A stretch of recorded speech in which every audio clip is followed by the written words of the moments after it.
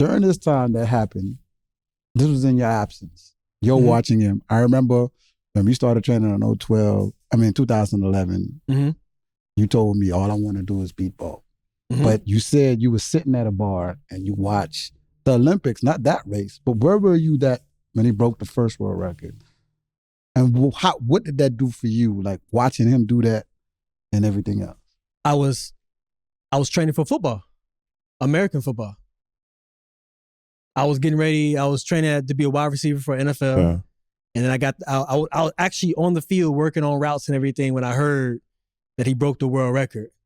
And I watched it like over and over again. Because at the end of the day, I was like, I think that's where me and him have commonality, is the fact of it's about competition, right? It's about preparing and showing your best because you know that you're going against the best. So when I saw him break the world record, I actually was excited. I was like, this dude really did that thing. He ran 9.72. That's crazy. You know what I'm saying? And it actually motivated me. I had the best practice that day. But it never, I had the best practice that day. But I think what happened is also, it ignited a fire into me to be like, do I want to stay in a sport where they look at track and field athletes as one-dimensional, right? Like you could run fast, but could you really catch? Could you run routes? Do you know plays? And it actually started pulling me back towards like, maybe I want to do track and field again. Maybe I want to get back in track again, because it was never about the fact of, once again, breaking records or anything. It was about testing myself against the best. And at that point in time, that was what you were saying. He was the best. I was like, man, like, I felt like one of those drunk guys you meet in the club, and probably you know this, and be like, man, let's go outside and race right now. I want to see how fast you are. Pull up. You probably got that 100 million times. Easy, all the time, man. Every time you get met, somebody hit you with that one. All the time. So fast forward, right? The Olympics happened, 2008. I don't know if you know you're about to make history, but I mean, watching you do the rounds, I think the world know you're about to make history. You know what I mean? What was that feeling like? Like when you get through 75% of the race, what made you open your arms and just happiness, man. Just happiness. I think throughout my time, I wanted to just to win an Olympic medal. It was after that first Olympics when I made a bigger decision saying, you know what?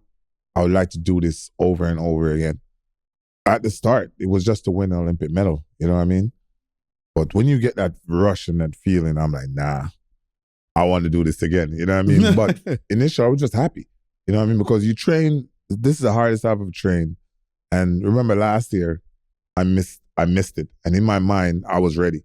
So the fact that I won was just mind-blowing. I was just happy. I didn't care. When I saw I was going to win, I was like, I'm going to win. You know what I mean? Exactly. I was just happy.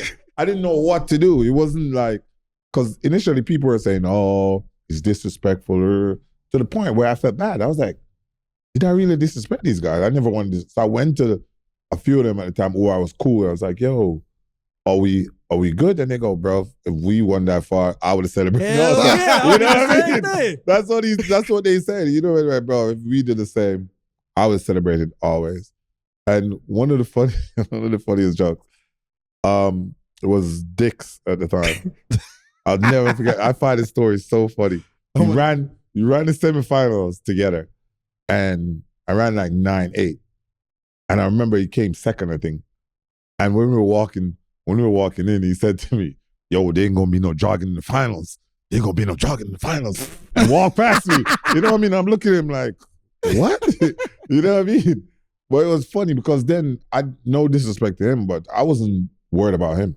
Yeah. For me, all it was I need to catch Asafa, because Asafa was the one that was worried. I was like, bro, I'm not worried about you. Because Asafa, if Asafa gets it right, if he puts it together, you're in problems. You know what I mean? So for me, that was the only person I was worried about in that race at that time, because I know like Asafa can get this done. Yeah. You know what I mean? And if you clear that 65, 70 meter mark and you out there by yourself, you good. Yeah, I'm good. I know if I'm there in the race at 50, I'm gonna win. I know that much. Because I know my top end is that good. You know what I mean? Yeah. So I was never worried about running. I always know. For you, I watch you throughout the season. I was like, all right, I know. If I know where I'm at in a race, if he gets there, if he's that far, I'm in a lot of problems. I can tell when he gets to a certain distance at the start, if I'm not close enough, I can tell, he's going to get me today. Your race strategy was to know where everyone was. I need to get my start right. Okay. You know what I mean? That was my biggest issue. Because in the season, I could tell where I'm at in the season and how good my top end is. So I know if you get a good start on me, I was like, here we go today. I know it's going to be hell. It's going to be hard to catch you because it's not like you decelerate. You don't. You know what I mean? You don't. You know what I mean? And that's one of those things. So I know my competitors. So I know like, it's going to get me today.